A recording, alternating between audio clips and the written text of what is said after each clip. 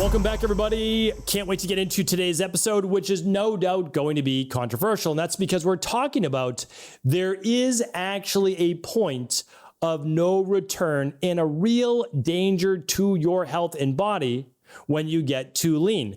Now, of course, I know we are not a population that's at risk of becoming too lean, right? And losing too much weight. I totally get it, with 67+% of all adults being overweight and over 30% now of all children. We do have an obesity and overweight based health issue. There's no doubt about that. And unfortunately, it does lead to increased risk of cancer, increased risk of liver and kidney-based issues, of type 2 diabetes, of high blood pressure, heart disease, high cholesterol, and even cancer.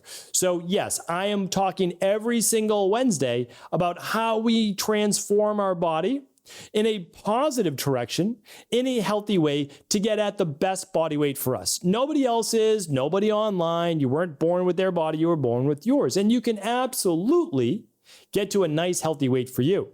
But this is more of a public service announcement because I have a lot of practitioners who listen to the show, and I have other individuals and even family members that may be taking this too far. Now, I can hear it right now that I'm being a hater, or I'm talking down on somebody because I don't want to get that lean or whatever it might be. I totally get it. The nice thing is, if you listen to this Monday show, that's okay. I love everybody's opinion. I have no problem with that. Then that's the thing, is like, you're entitled to yours. I do this show because I want to teach.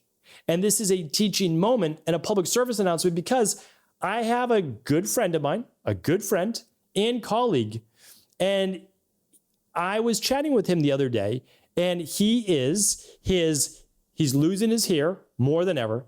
He is more fatigued than ever. On his latest labs, his testosterone is tanking. And I know you're listening to this show, and I appreciate you as a friend and a colleague. And he came to me asking why. Well, I said, okay, well, let's talk about this. Let me see your last weight. Let me see this. Let me see that. He's dropped another 12 pounds. He was already lean before. He was already in great shape. But the problem is, social media leads you to think you're not in good shape enough.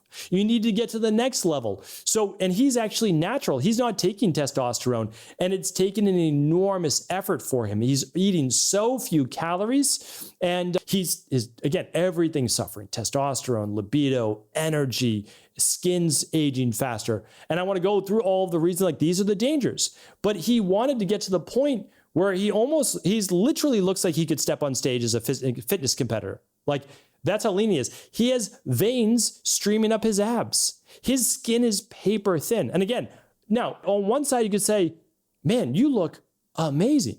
You're so lean. You're in such great shape. It takes a tremendous amount of discipline to get there. Those are all the positives. So no doubt about it. And again, looks are subjective, right? Like, that's all subjective. All I'm talking about today is health-based. And so I said to him, ultimately, we all have to decide what is best for us. And is the juice worth the squeeze? Because he's down to about 6% body fat. And for men, once you start to drop below 8 to 9% body fat, there can be repercussions. We're going to talk about that today. For women, once you start to get below, in my practice, I've really seen about 16%, but we know it's around 13% for sure for women with amenorrhea and potentially losing their menstrual cycles, etc. For men, we know it's below 6%. But again, in my practice, I usually see it around 8%, sometimes 9%, but usually around 8%. And for women, around 16%. Okay, so it's essentially double for women. And that's because of hormones, and we'll talk about that in 1 second. But what I want to share with you is this. There are 5 major impacts that going too low in body fat has. And you might say, that seems strange because what's the point of body fat? Well, body fat is actually a vital organ. Like, it is something that insulates our body, right? Protects our organs to a degree, which is important, but also it is a producer of certain hormones like leptin and estrogen. Now, that's why the more body fat you have, man and woman, you're going to most likely produce more estrogen. That is why getting to a healthy body weight is very important, especially if you're a female dealing with estrogen dominant based issues, right? So that's really important. But it helps to also regulate inflammation and energy. When those levels get too low, it gets to be dangerous, all right? So let's go over that. Let's talk about the 5 main things that I see in my practice. The first is hormonal disruption.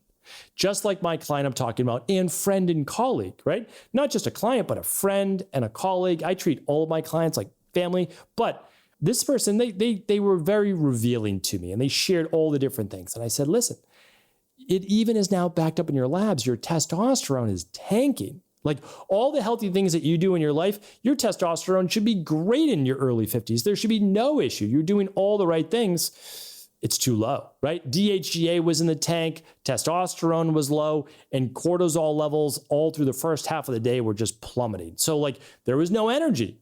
No energy in the adrenals, which is the part of the HPA axis, your brain telling your adrenals what to produce. And then also in terms of the sex hormones like testosterone and DHEA. And this also goes for women as well. For women, we see a lot of estrogen-based dominance. So we see progesterone start to plummet, and then eventually we see estrogen plummet. And the same can happen with testosterone as well. The bigger thing that we do see with women is just a driver of TSH. So an increase in thyroid stimulating hormone, because thyroid hormone is beginning to tank as well. So the body's signaling from the brain. The TSH is not a thyroid hormone. It's a thyroid stimulating hormone, right? That's a signal from the pituitary to the thyroid gland to begin to produce more T4 and convert to T3 in the liver and other places. So it is signaling more and you're getting blocked. It's either not converting from T4 to T3, or it's being converted from active thyroid to unusable thyroid and reverse T3.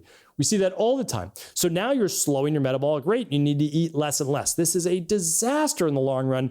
And I've done many follow-up studies to like The Biggest Loser and other competitions where they've reduced their ability to eat by about 700 calories per day. They damaged and destroyed their metabolism. They found that even though people gain the weight back and they should be able to now eat more, they can't without even gaining back more weight by about 600 to 700 calories per day. Think about that. That's a whole meal. You have to go from one less meal per day just to maintain the same weight. We don't want that at all. I'll tell you how to fix this in just a moment. I'll go through these a little faster.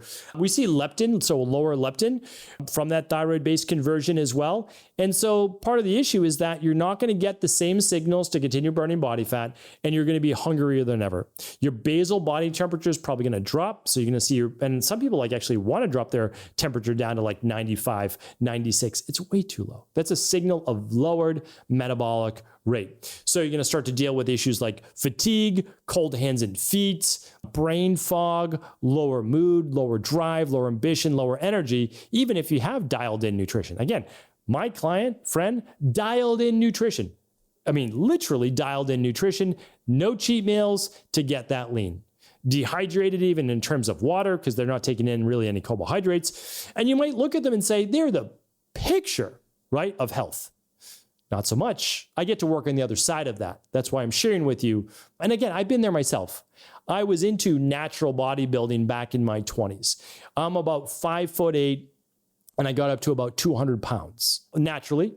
But I was eating, I would say like unnatural. Like I was eating 300 grams of protein a day, 5,000 to 6,000 type calories. And then I would go from that and then lean out for like, call it 4 months of the year or so during the summer, and probably drop 20 pounds or so and be super lean, single digit body fat. But those were like the unhealthiest years also of my life. Like that was horrible on my body. So yes, I'm making a trade for not being in single digits, still having abs, still being lean, but not bordering on emaciated. I've been to the emaciated before. I get it. Great for photo shoots if you want to do that and all that, but a tough place to live. I've also worked with so many celebrities. That was a part of my job way back in the day too. And I can tell you, whether it's red carpet or all those things, they don't maintain that year round. We work together for 6 weeks, 8 weeks or so, get them where they want to be. And then we have a special diet, basically 4 to 7 days out. And then they're dialed into where they want to be for their wedding or red carpet or big event. And that's that. But then they go back to normal after that, right? If you see a celebrity like, oh, that person's perfect. That's perfect for a photo shoot. They're perfect because they get photoshopped, but not in everyday life. I'm doing this show because it should not be a desire of ours to get that lean, right? We want to get in good shape, but there's limits to this. All right, couple more. You begin to weaken your immune system. If you start to see your white blood cells drop, especially, this can be an issue with oxidative stress on the body. You might start to see your whole skin. And like I said, your body's not getting enough nutrients. You see thinning skin, you see thinning hair. These can be weakened, brittle nails can be part of this as well. Sometimes you get lower mood and cognitive decline, the anxiety, the irritability, the overwhelm, difficulty, concentrating. And then also it can have fertility and reproductive issues. Work with many a client where we had to start to improve their nutrition, improve their caloric intake because they were simply too lean and too low in their calories for too long. So if you're borderline very lean and you're experiencing cold hands and feet, low libido, fatigue, sleep disturbances, brain fog, poor memory, dry skin, brittle nails, thinning skin, thinning hair, irregular or missed menstrual cycle for women, or just, again, overall kind of feeling like blah, I would run the stress mood and metabolism test. I would look at your thyroid, look at your estrogen, progesterone, testosterone, DHEA, look at your cortisol throughout the day. It's an amazing test. It's at stephencabral.com/hormone-testing, I believe, or hormone-test. You can just go to stephencabral.com/shop. Takes you over to Equilife. You'll be able to search for the stress mood and metabolism test there. Again, you can run it with our team, or you can always run it locally with an integrative health practitioner, which is at integrativehealthpractitioner.org.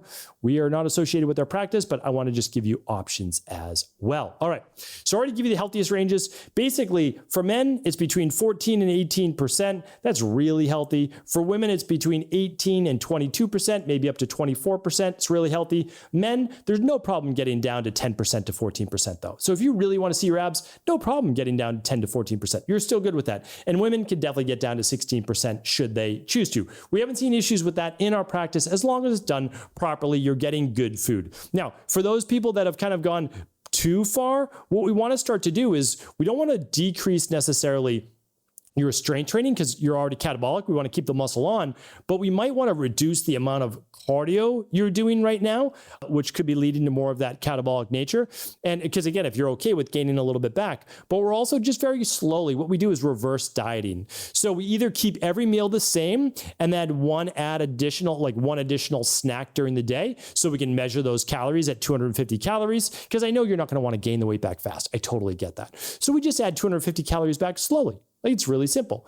And we can add that to an individual meal, which is literally two tablespoons of olive oil, right? Or a half an avocado, and avocados can vary in size, of course. Or you can just add a snack, and that could be a couple tablespoons of nuts. It could be you actually could have a good amount of berries. You could have things like that. But anyway, 250 calories, that's all we add back. We do that for about 2 to 3 weeks. Have you started to gain weight? Yes, gained a little bit back. I gained a pound back, a pound and a half. Okay, how do you feel? Pretty good over 3 weeks or so? Okay, we'll add maybe another 250 calories, so 500 a total. And then we gain back to just a normal weight where they say, okay, I can live with this. But at the same time, I want to share with you, I totally get it.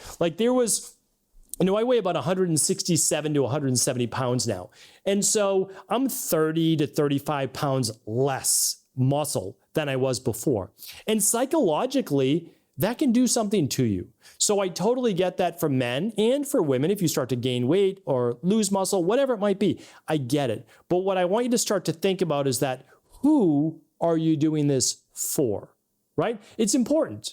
If you're doing it for you for the right reasons, because you feel good and you believe it's best for your health, I get it. I just wanted to give you the other side of that today. If you're doing it for other people, I'm telling you right now, it might not be the best reason. It may not be. And the reason is that you're going to have to maintain this. You're also not necessarily maybe promoting the best of health.